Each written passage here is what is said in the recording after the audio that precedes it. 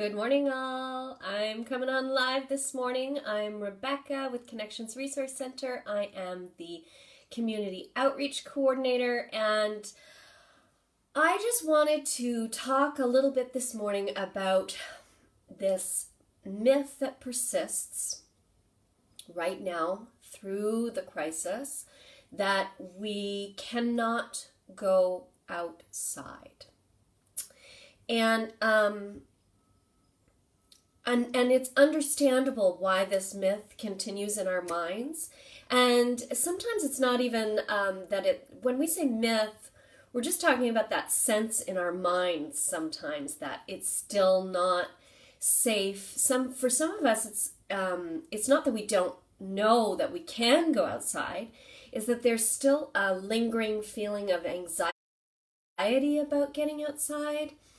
And that is entirely understandable. I took the kids out. I've spoken about this on the program before. I took the kids out and I felt incredibly anxious. This was a few weeks back where we ended up in a crowded space. And I was unable to feel at ease. And so what I'd like to do is just take a moment to bust this myth that you can't get outside and feel comfortable. It is possible, and we're going to talk about how that's possible. Okay.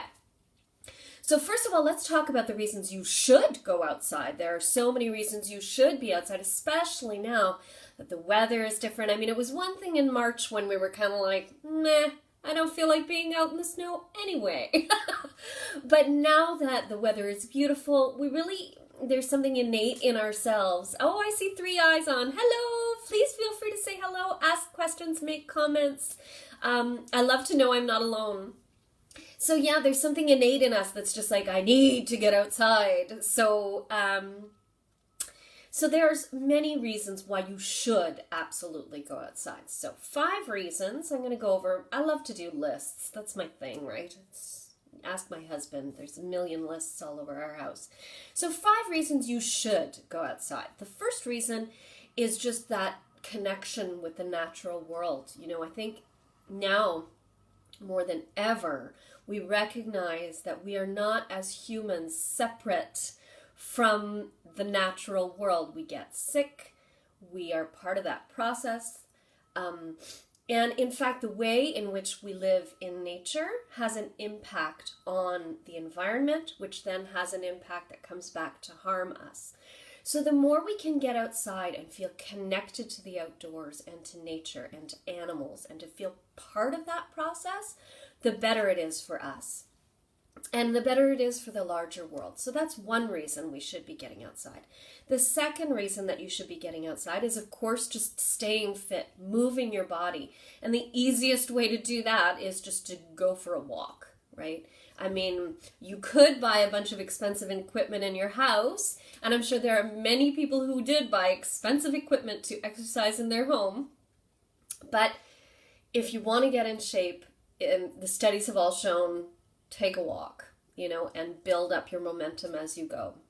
So that's the second reason that you should absolutely be outside. The third reason you should be outside is that breathing fresh air strengthens our immunity.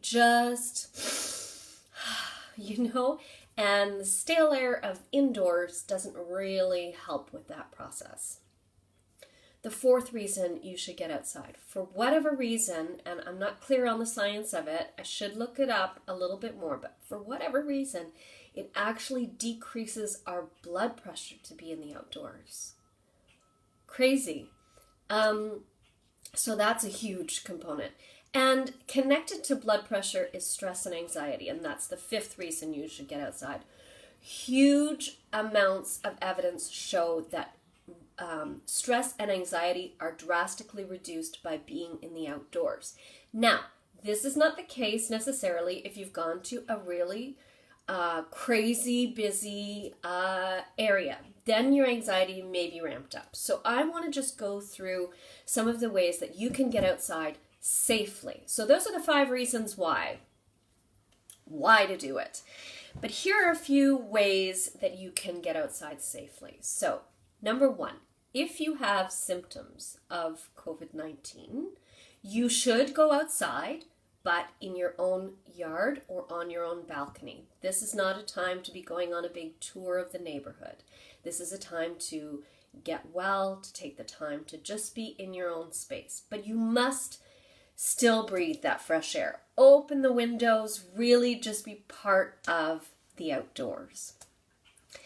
Second, when you're on a walk, choose places where you feel you're able to keep that 2-meter distance from others, okay? And so we have been in scenarios, me and the kids, where we had chosen poorly the spots, and now I just don't go to those places where I don't feel that I can have and respect that 2-meter distance, or where it's just too, I just don't feel that I can let go and let the kids sort of be. We don't go there anymore. So that's part of the process as well, making sure that, oh, hi Nat, I see you're watching, making sure that that you feel comfortable, that you're able to respect those distances. And then the third way to be able to get outside is to wear a mask when you know you can't have that 2-meter distance. You may not be fully breathing in the fresh air, you may be feeling like it's stifling, but you're still moving, you're still part of nature, you're still decreasing your blood pressure, and you're still reducing your stress and anxiety. So remember the mask when you feel that you really can't keep that distance. So those hopefully help you to feel a little bit differently about this myth that you can't go out. I hope you've not been isolating yourself in the house. If you have, do remember that there are safe ways to get out. So now I would like to share with you, good morning! Now I'd like to share with you just a personal reflection, which is that for me, especially now that the family is all together, I'm very much an introvert. And I need time and space for myself. And one thing that you can do is hide in the bathroom, of course. Moms all know that trick. You hide in the bathroom. Oh, excuse me. Allergies. Get outside, but recognize you might need to take an allergy pill. So, being alone outside for me is like a necessary weekly thing, and sometimes a daily thing if I'm particularly stressed or busy at work. And so here's a few ideas for socially distant outdoor activities that you can do alone, or that you could do with the kids or your spouse or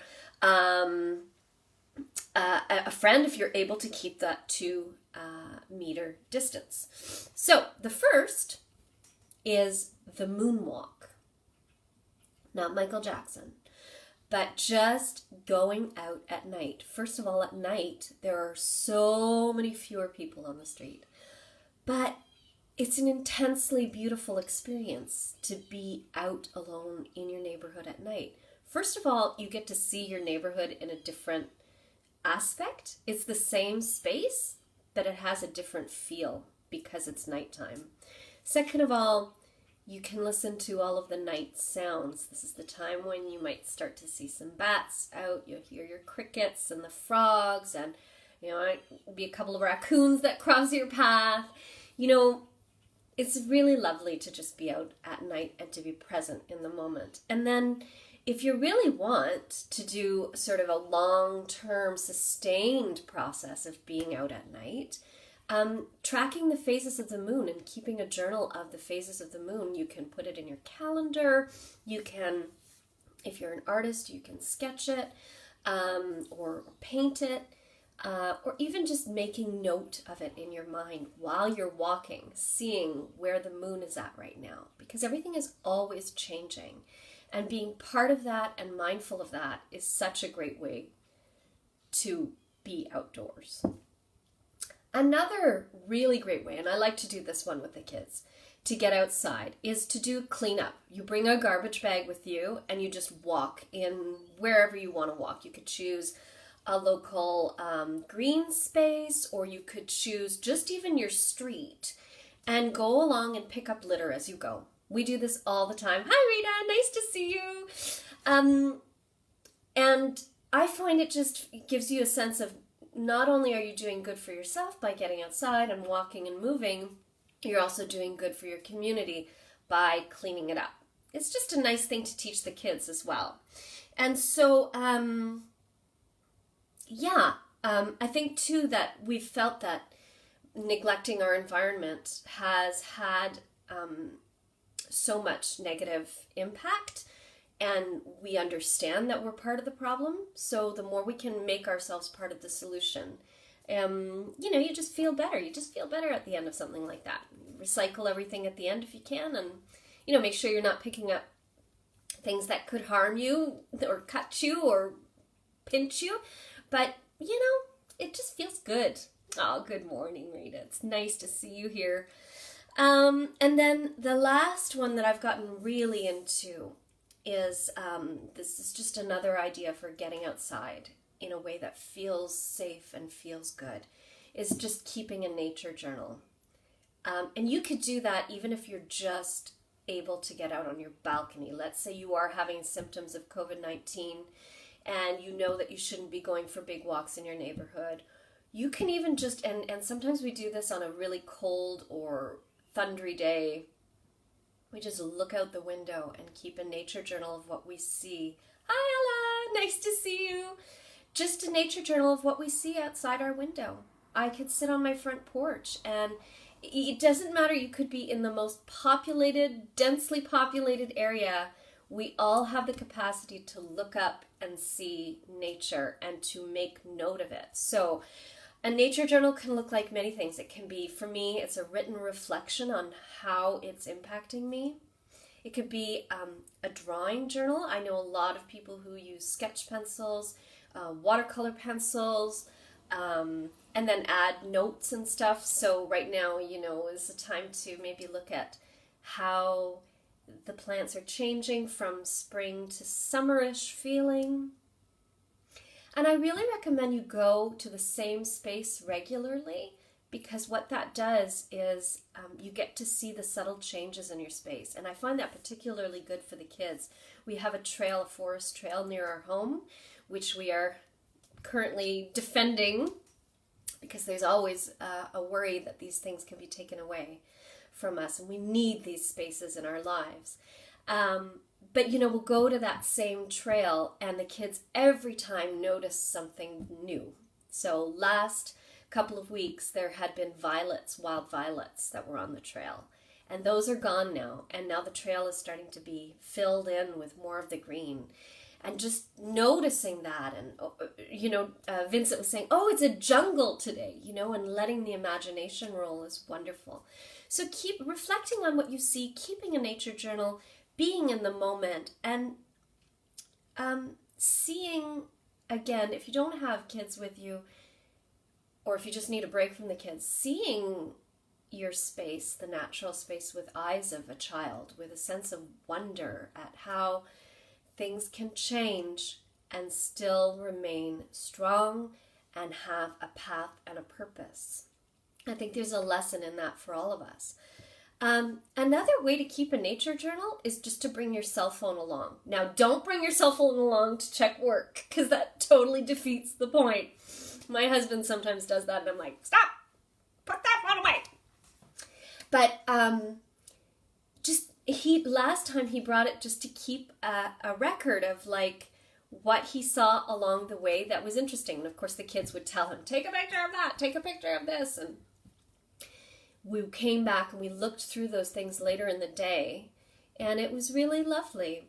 So anyway, these are all outsides. It is a myth that these are all ideas to get outside. These are all outsides. These are all just ideas to get outside. As I say, if you've been feeling anxiety about leaving the house, it's completely natural. There are definitely safe ways to do it. And in fact, it is a huge benefit to you, to your mind, to your body, to your spirit, to continue to open that front door and take a little walk. I thank you for tuning in. I hope this has been a good session for you.